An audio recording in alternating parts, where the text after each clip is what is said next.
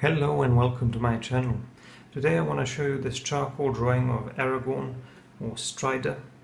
The scene is of course from the Lord of the Rings, the Fellowship of the Ring, and it takes place at Bree, at the inn, the Prancing Pony, where Strider is sitting quietly in his corner and watching the newly arrived hobbits. But before I do that, I just want to say a few words about my channel.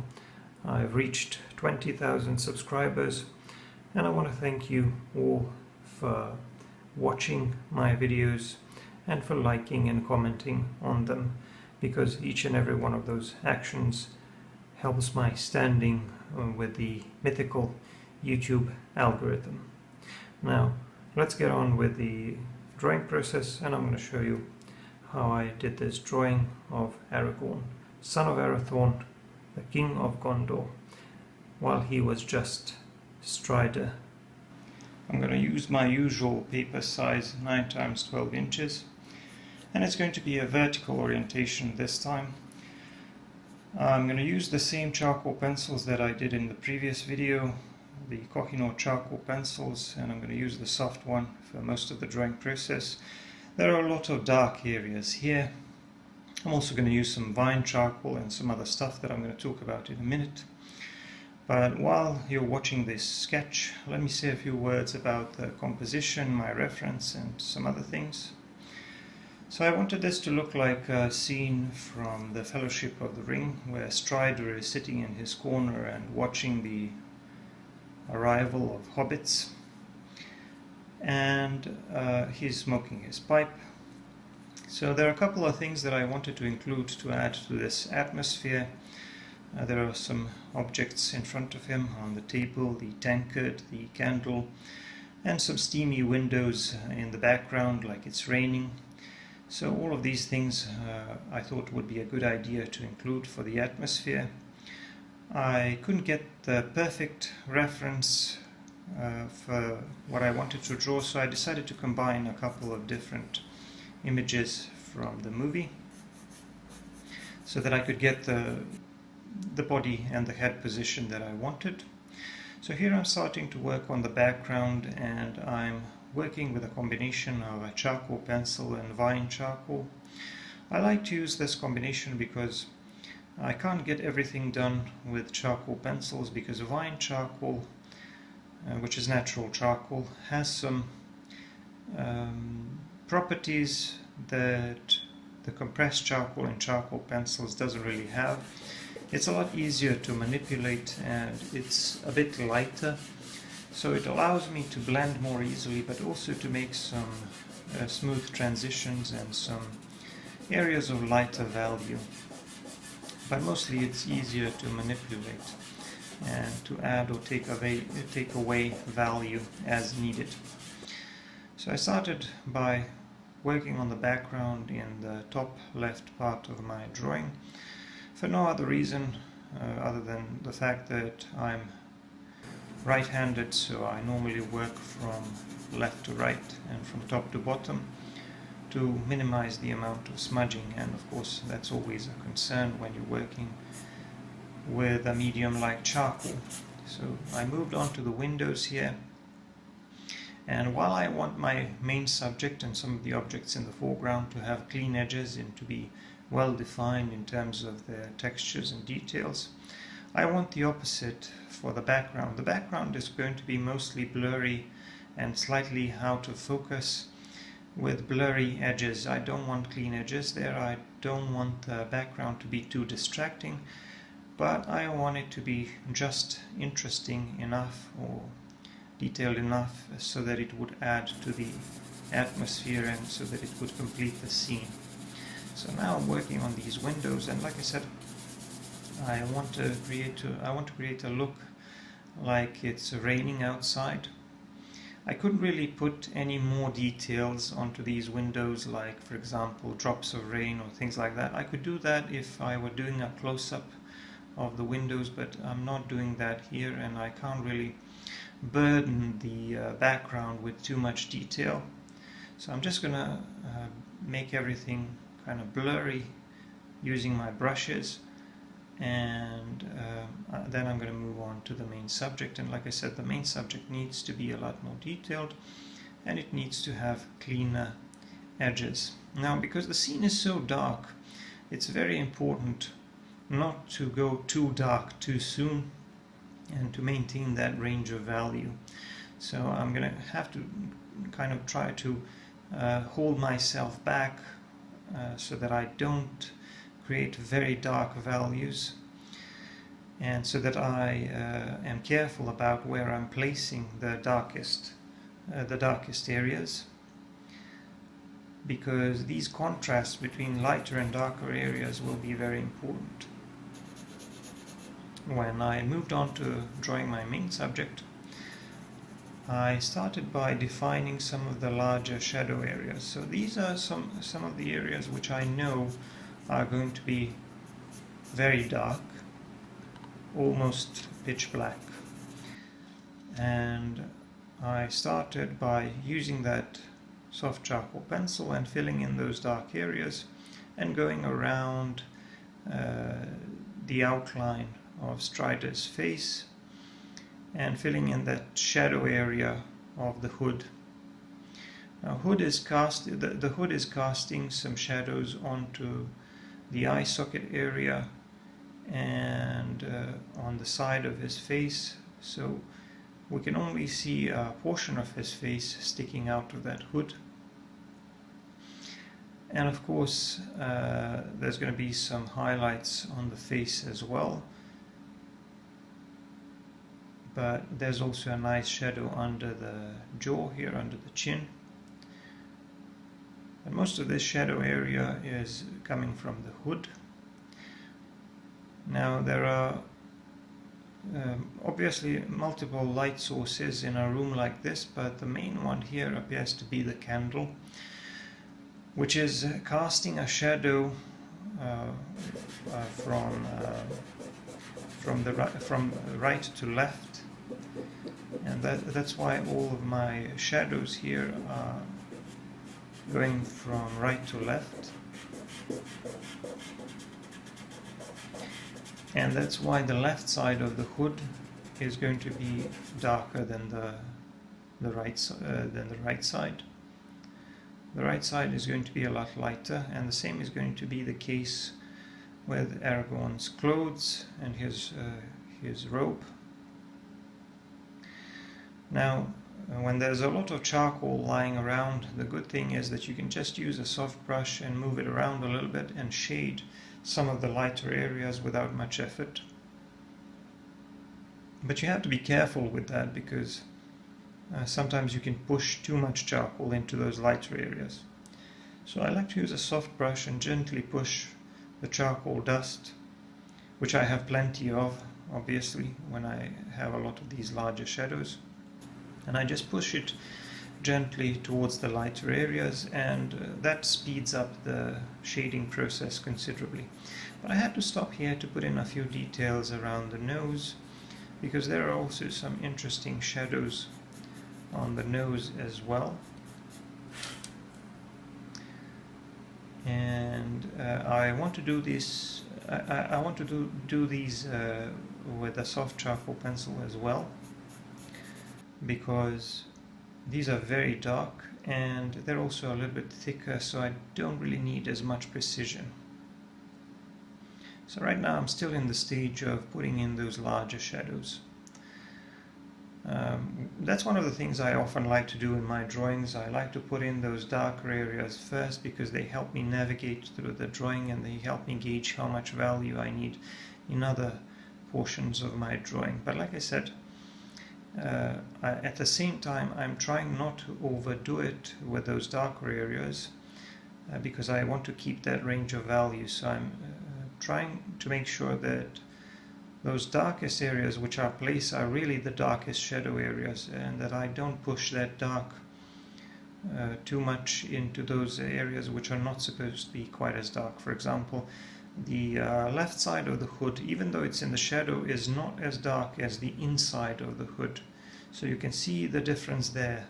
It's a lot lighter than the shadow area, and that's important for me, because When the scene is that dark, I still need to retain that range of value, and I still need to make sure that the viewer can see the edges between objects, and that they can still discern what's going on, because I can't just make everything blurry and dark. So right now I'm just pushing that charcoal over the face and neck area, and like I said, when you have a lot of charcoal dust flying around, it's easy to shade even those lighter areas by just pushing a little bit of charcoal powder around. And notice how I cleaned up the left edge of the hood, just so that I could make sure that I have a clean edge between my main subject and the background. Here I'm putting some indications of some folds in the sleeve and on the robe. So just putting in some indications of dark areas here as well, and I'm blending that with my finger. I suppose I should say a few more words about my blending tools, because I've been doing a lot of blending. When I have a lot of these dark areas, I like to use my finger a lot. Now the advantage of using a finger is that first it covers large areas very quickly, but the other advantage of using your finger is that it helps you create very dark areas, because normally when you blend charcoal with other blending tools, they tend to disperse that charcoal dust, and they tend to lift up some of it, and they tend to make the areas that you're blending a little bit lighter than you wanted to in the first place. Whereas the finger doesn't do that. The finger pushes the charcoal into the paper and really retains that dark value that you originally intended to create. It's probably because of the texture of the skin and the natural oils in your skin, but they just allow the charcoal to stick to the paper a little bit better. So your finger is a great blending tool, but it has its disadvantages as well, obviously, because it's larger and thicker than the tip of a tortillon or a brush. It lacks precision and accuracy, so you have to use other tools in combination with it.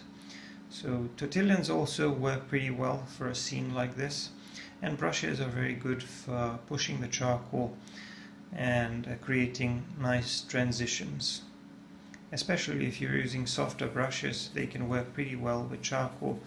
When you have a lot of charcoal dust flying around, you can create some nice looking soft transitions.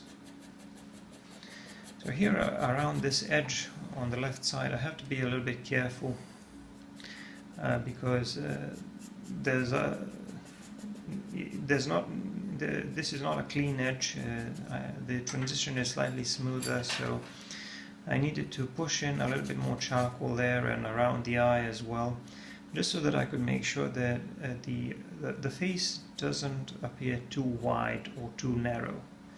So not much of Strider's face is visible, but I'm still trying to achieve some likeness with the actor from the movie, and I don't want to distort his face. Now I'm putting in some facial hair, or some indications of facial hair, but I don't really have to do too much, because I'm going to do a little bit of refining with a harder pencil in a few minutes. The nose also looks a little bit too big and too wide. That's because I haven't finished shading it just yet, and of course the lips will also need a little bit more work. But first I'm going to draw a little bit more of this facial hair, some of his mustache and the beard, and then I'm just going to keep adding more texture and more detail to the face. I wouldn't say this is an overly complex drawing, because normally portraits are a lot more demanding, but here you don't really see much of the main subject's face, which makes it easier. You have a lot of these larger shadows, and as long as you get the contrast between the lighter and darker areas right, it should look okay. The harder pencil that I'm going to use as a complement to this charcoal pencil is the Gioconda black pencil Kohinoor Gioconda black pencil, which is kind of like a black colored pencil, but I'm not sure if it has some charcoal in it. I guess it's a kind of a charcoal pencil which has some other materials and binders in it. I don't really know what they're made of. But these Kohinoor charcoal pencils are pretty good. They don't break very often, which is one of my main criterions when selecting charcoal pencils. And I'm also able to create a nice range of value with them. So as you can see, I've shaded the left side of the hood, and right now I'm just trying to define that shadow area and that contrast between the shadow area and the lighter area of the hood a little bit better, because the right side of the hood is catching light from that candle, and I really need to make sure that I have a lot of contrast there.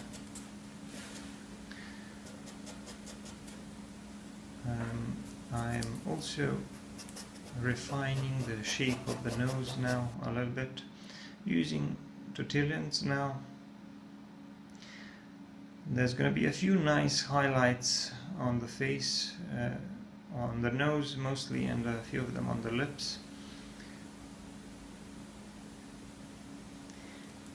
And now I'm trying to put those in using a pencil eraser.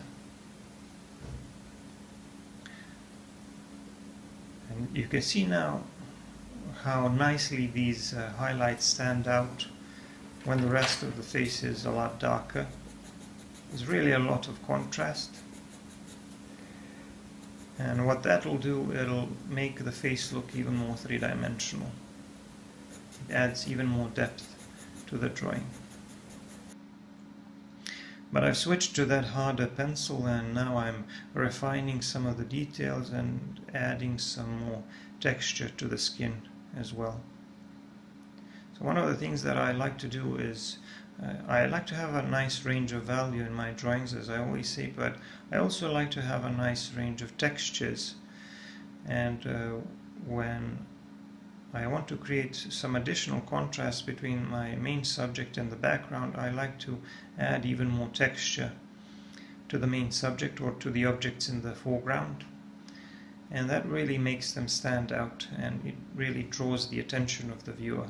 So in this case, the Strider's face, or whatever of his face is visible, is supposed to be a lot more detailed than the rest of the drawing, and I want the viewer to focus on that immediately. And like I said, I'm going to do a lot more texturing on the face, and now I'm adding some more details on the lips, and I'm also refining the facial hair a little bit, adding some of the smaller, finer hairs. But because this harder pencil is also a little bit lighter, I have to make sure that I combine it with a soft charcoal pencil so that I could make a nice transition from the darker areas to the lighter areas. So that's the lips and the facial hair. And I'm just going around some of these shadow areas in the hood, because accidentally here and there I just remove a little bit of charcoal, and some of those areas end up being a little bit lighter than I wanted them to be. So I always have to go back and add a bit more charcoal, just so that I could make sure that these are really dark, because those are some of the darkest areas in my drawing. Now notice the background, and by the way, now I'm trying to finish those windows and add a few more details to them. Notice the background has a smaller range of value than the main subject, and I want it that way. There's also a lot less texture on the details on the objects in the background. I had a video on how to create a blurry background in charcoal, and for that video I used a drawing of Marlon Brando. I'm going to put the link to that in the description and in the end screen, or maybe just in the end screen if you want to check that out. But basically I used a similar approach as I use here. For the main subject I use more contrast, greater range of value and clean edges, while for the background I use blurry edges. So when you want the main subject to stand out, what you want to create in the background, you want to create edges that kind of look like when you squint your eyes a little bit. So when you're drawing, you want to create clean edges around your subjects, but when you're drawing a blurry background, you just do the opposite. You allow your edges to be a little bit less defined, and that really achieves a nice effect, a nice contrast with your main subject.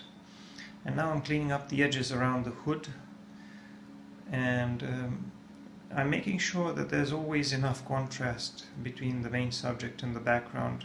So where the main subject is a little bit lighter, I add a bit of darker value in the background. Where the main subject is a bit darker, I add a little bit of lighter value. I take a bit of value from the background. So I'm always trying to enhance that contrast and make sure that my main subject stands out against the background. And when you do this, you also have to ignore your reference sometimes. Sometimes maybe you want to create even more contrast than you see in your reference photo, so you'll have to manipulate the amount of value in the background so that your main subject really stands out.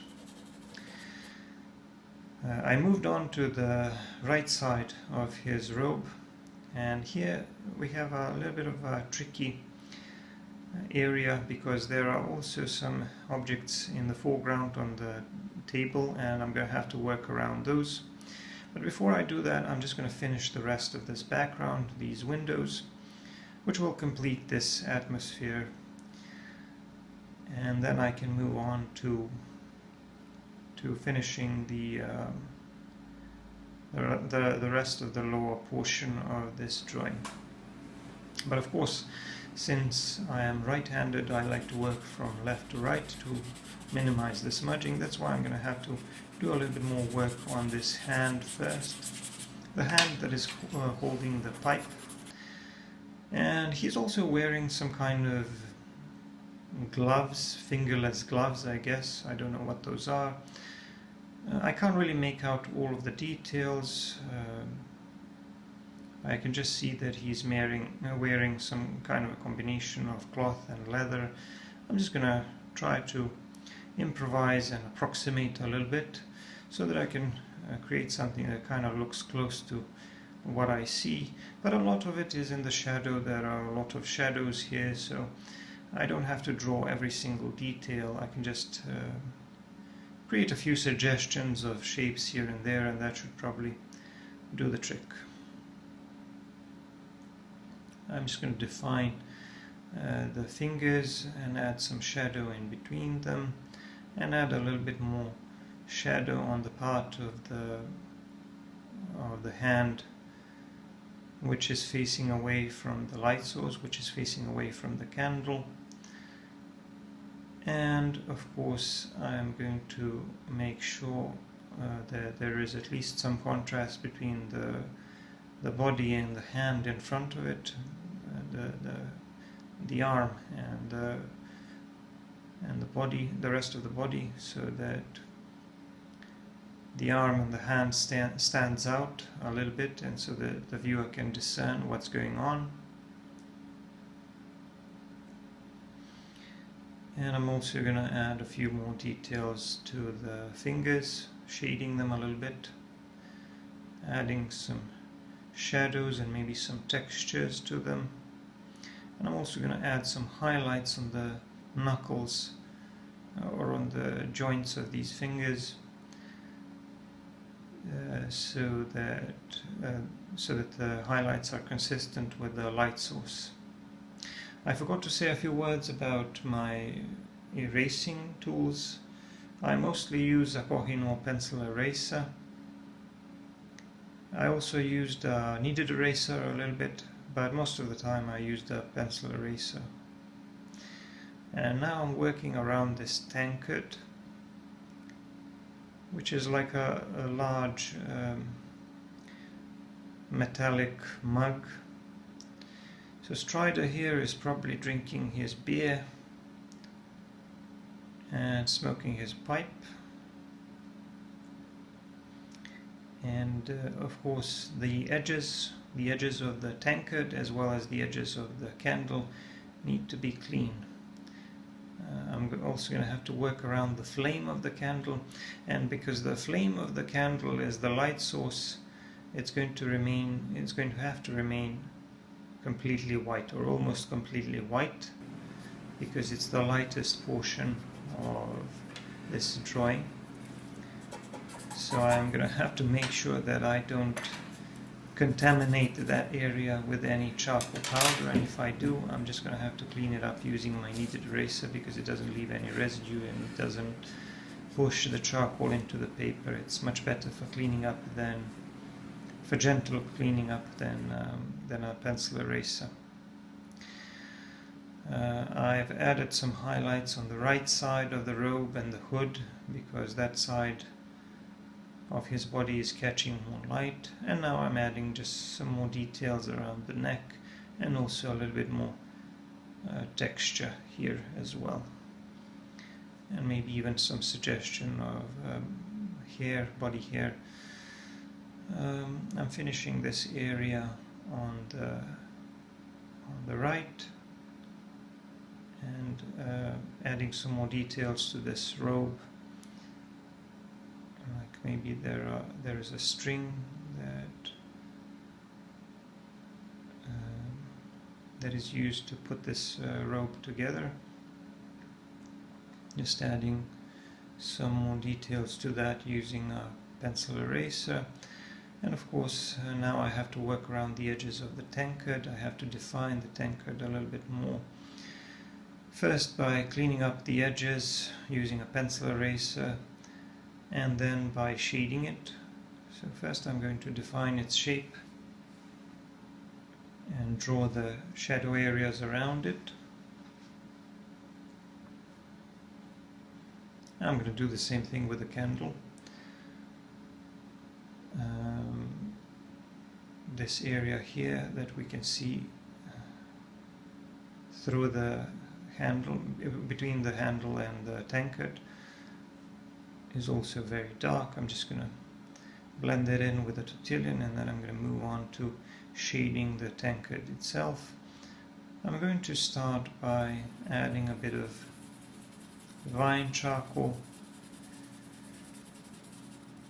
just to establish some base value, and I'm moving my charcoal stick, this vine charcoal stick, gently because I want this to be a little bit lighter. I'm going to blend that gently with a brush.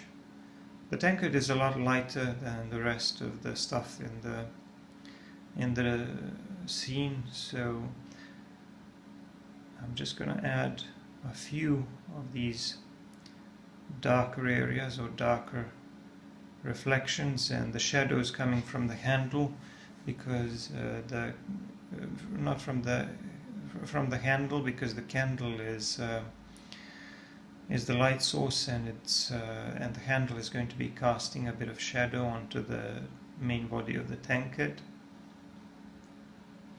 And because the tankard is a metallic object, I want to have a nice range of value on it as well. So I added some more of these darker areas using a charcoal pencil. And I'm also going to use a pencil eraser to pull a few highlights so that I could further enhance its texture and appearance, so that it really looks like it's made out of metal. But you can see how much time I'm spending here trying to work around the edges. It's very important for me to create clean edges around these objects, because I need to make it very clear to the viewer where one object ends and the other one begins.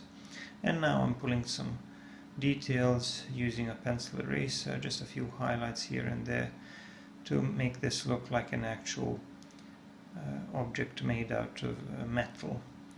And a few more of these lighter details coming from the candle. And now I'm cleaning up the edge of the candle.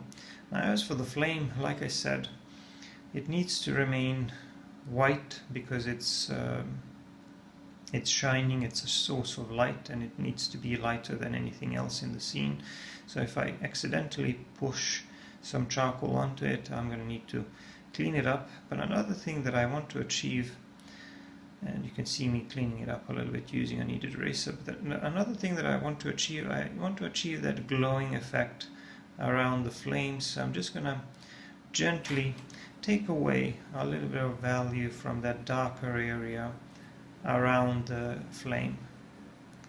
Just a few gentle strokes with me dragging my pencil just to try to create that glowing effect.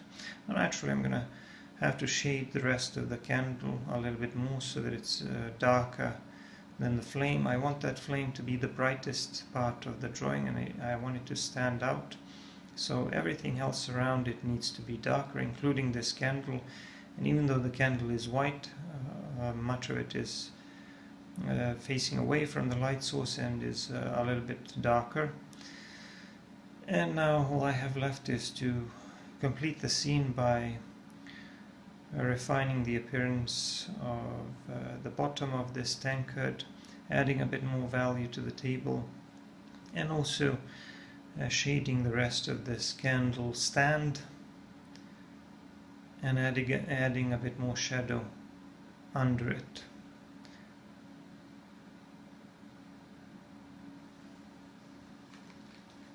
So I'm just adding a few more details and a few more highlights to this candle stand so that it stands out against the background. But I don't need to define it too much.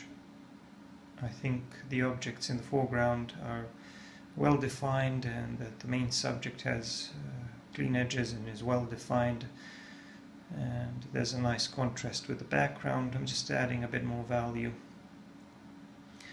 to the candle and softening that a little bit with a brush. And the drawing is now finished. I'm going to put my signature in the lower left corner, and I'm going to draw my signature using a pencil eraser. So that's it. I want to thank you for watching. Don't forget to check out my other videos. Don't forget to subscribe. Give me a like, comment, click the notification icon. Thank you for 20,000 subscribers once again. And I hope you enjoyed this video.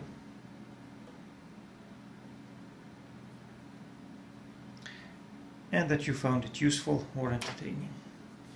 I'm going to see you in the next one. Bye for now.